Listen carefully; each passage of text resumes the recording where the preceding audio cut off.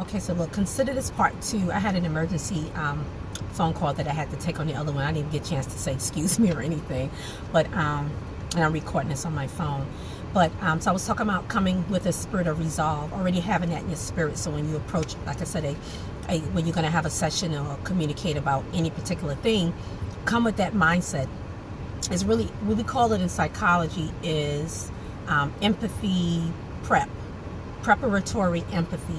So you're already thinking about your partner, whether that's your husband, your wife, or you're already thinking about your family member or friend, whoever, co-worker, your employer, how they're going to receive what you're saying. So you're already coming with a mindset where I want to be received. I want whatever I have to say, verbalize, express, to be received in the right spirit. And I want them to really get an understanding.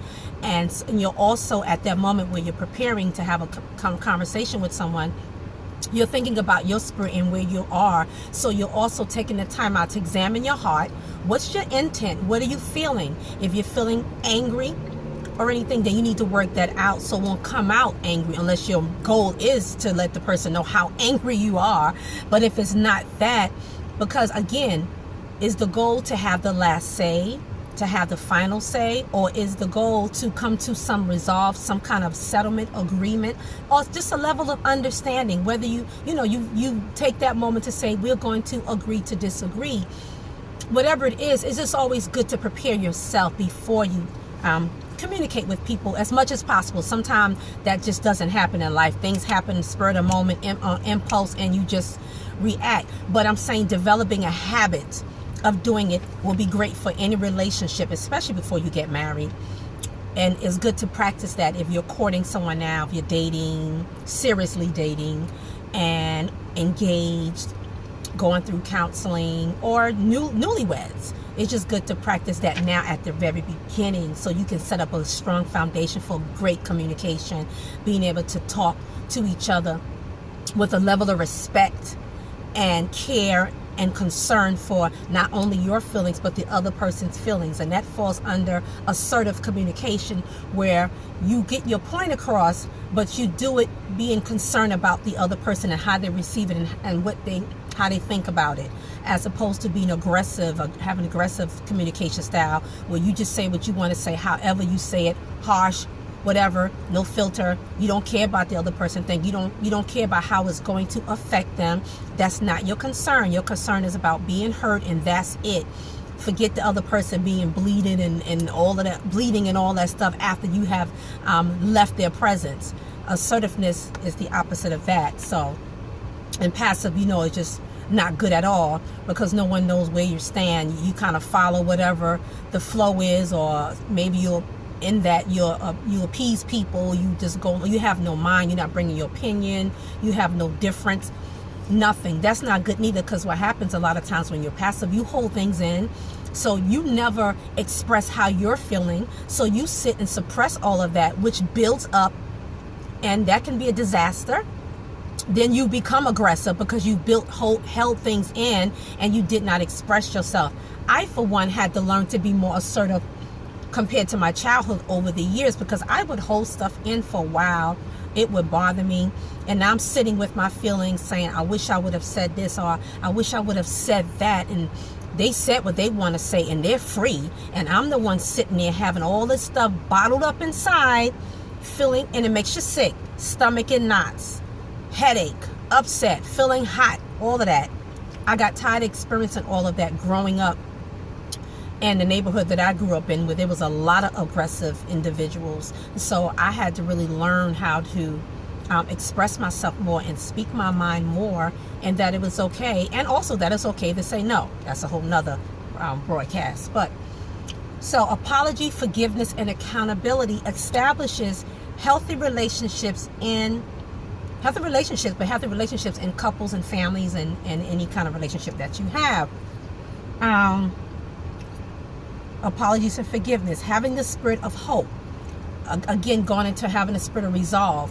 What you hope, what are you expecting to gain or to accomplish when you're communicating with someone, when you're building a healthy relationship with someone? There should be the spirit of hope, where you hope that it works out for the positive, that you want to come to some kind of agreement or whatever it is. And because when you come with that mindset, see, that create again an atmosphere and an environment for a nurturing place where you free to express yourself and also being able to be heard by the other individual, and that creates a healthy platform for any relationship. So when you come with a spirit of resolve, and we know that resolve means to come to a settlement, some kind of agreement, solution. So basically you're solution focused. And I like that approach, even in solution focused therapies, because it's about, okay, let's come to a solution. Because what happens is, if you don't allow yourself to learn how to become solution focused, you'll forever dwell on the problem, and on the past, and you'll never move forward. Okay, that did happen. Yes, it did. And it's very valid. However, what are we going to do about it today? How can our tomorrow be better? How can we handle this situation better going forward? Because if we keep going back, we just forever go in cycles and circles, and we'll never come to a level of, you can't even grow in an environment like that, a judgmental, a condemning, a critical environment with that type of individual that always. Now, I know sometimes that's difficult when you have a person who continues to operate from their past, so that keeps coming up to the future and in the present, and that have to be nipped in the bud and shut down. There's a way to do that as well. But having a level of resolve means that you learn how to settle things, so that way, again, you're able to move on, the other individual's able to move on, and you're constantly in a solution focused mode where, okay, let's come up with a solution that works best for both of us or for all of us. The best way to deal, I had to write my notes down so I won't forget. The best way to deal with past offenses, forgiveness is forgiveness. That's one of the main tools, is having a spirit, again, of forgiveness.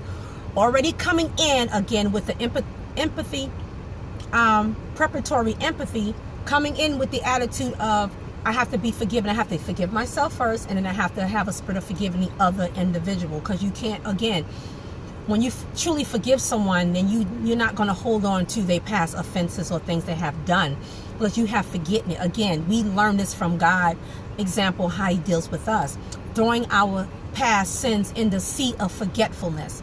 Just forgetting, not holding on to it. We're not talking about forgetting where it's no longer in your mind and you just totally forgot about what happened, but to the meaning that you're not going to keep bringing it back up. You're letting that go. Okay, let's start anew. Let's start afresh. Let's not keep opening up wounds. You'll never heal. You'll never grow that way.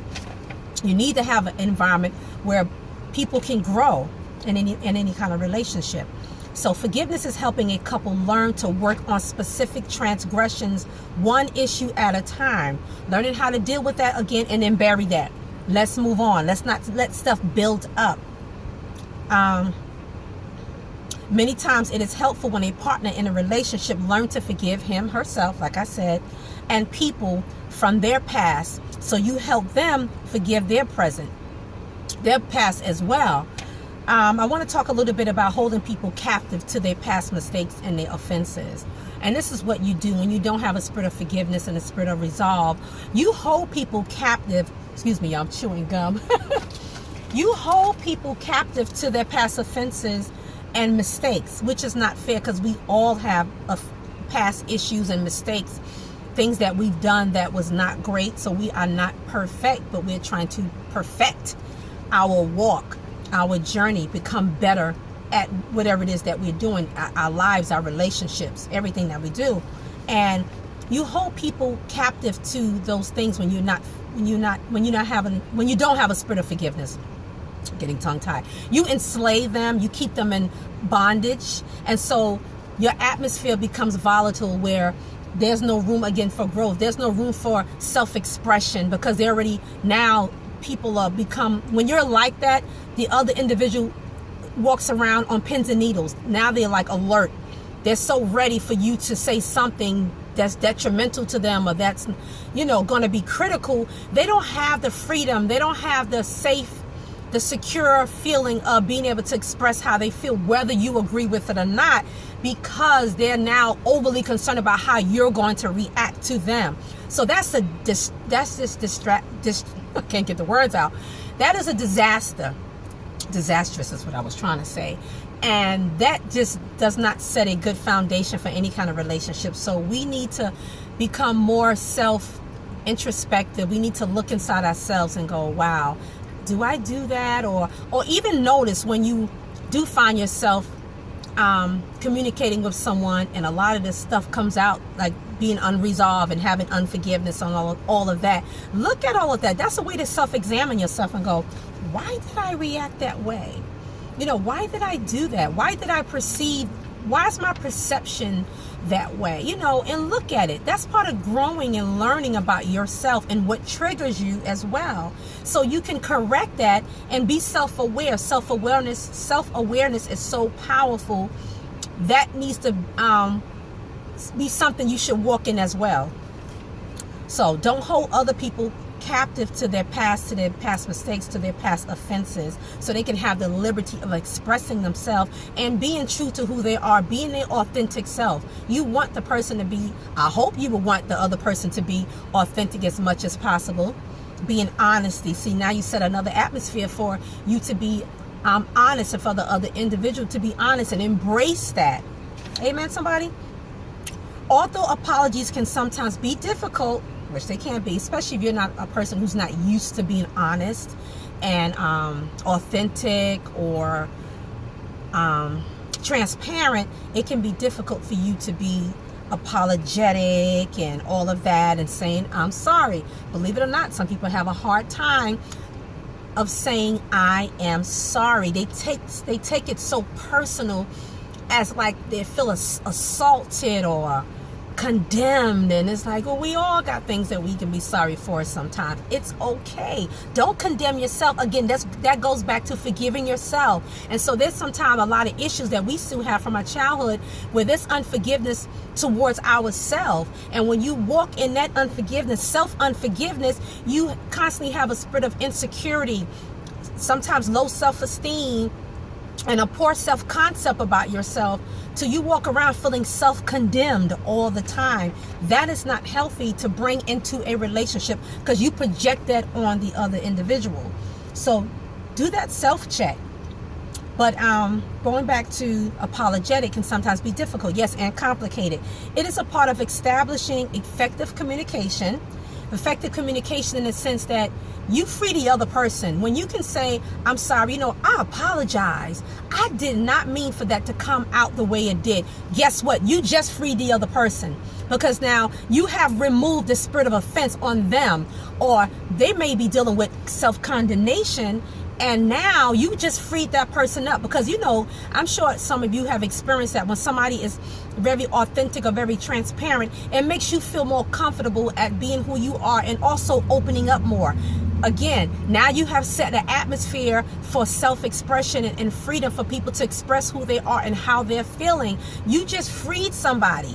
That's why stories are so helpful. That's why testimonies are so powerful, because you share your story and the other person's like, wow, okay, then maybe I can open up and share my story. So don't dismiss none of that. That is so powerful. Always, again, you're thinking about the other person. You're thinking about freeing the other person up and understanding the power you have.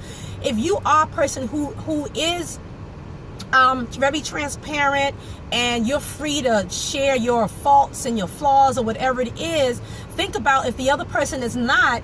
Again, you're coming with a spirit of resolve. You're coming with a spirit of forgiveness.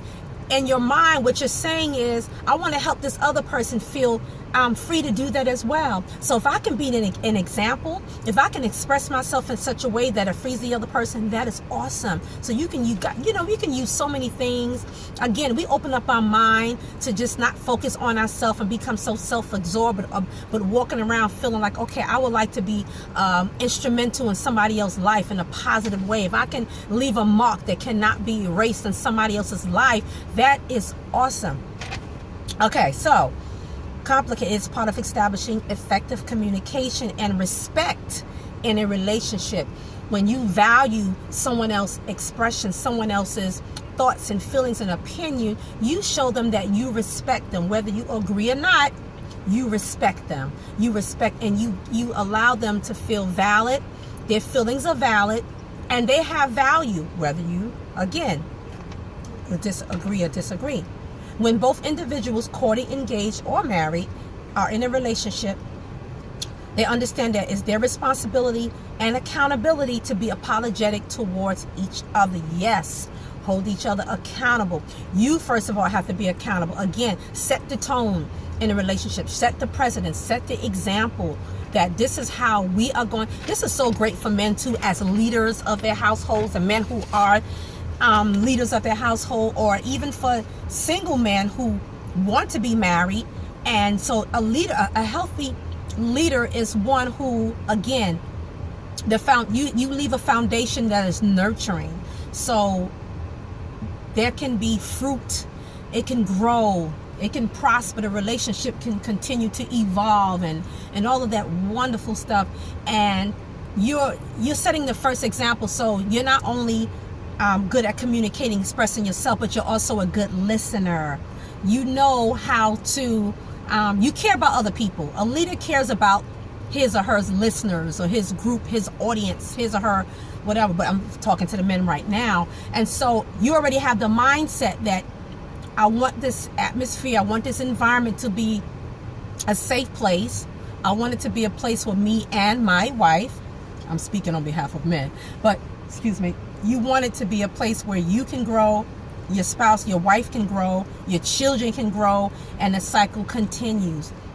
One of the things I appreciated about my ex-father-in-law, he's a minister as well, he would have monthly family meetings. And that was an example for me, because I wasn't used to that, where the family come together, let's reason together. If someone has an ought against somebody else, and he practiced that, and that's biblical as well. If the word tells us we got an ought against somebody, we need to go to them, forgive them, deal with that problem first, then come back to the altar and offer our gifts unto God. Then they'll be acceptable. Because if you're coming and your heart is not right, God don't want that. It's like, that's stink in his nostrils. So it's like, get right, do what you need to do, then come to him, because now you're coming with a sincere heart, a contrite spirit. You're open, you're broken before the Lord, and then he loves that because it's pure. We're not perfect, but it's pure.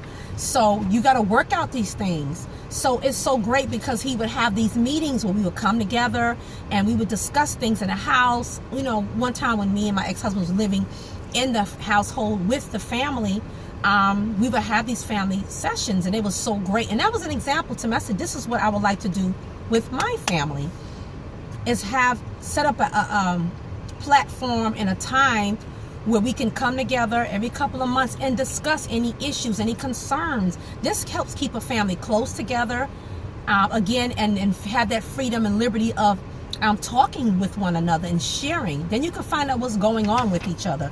Not everybody off into their own room, isolated. No one knows that their child is building a bomb in the basement, and no one knows what's going on in the daughter's room. You know, all of that.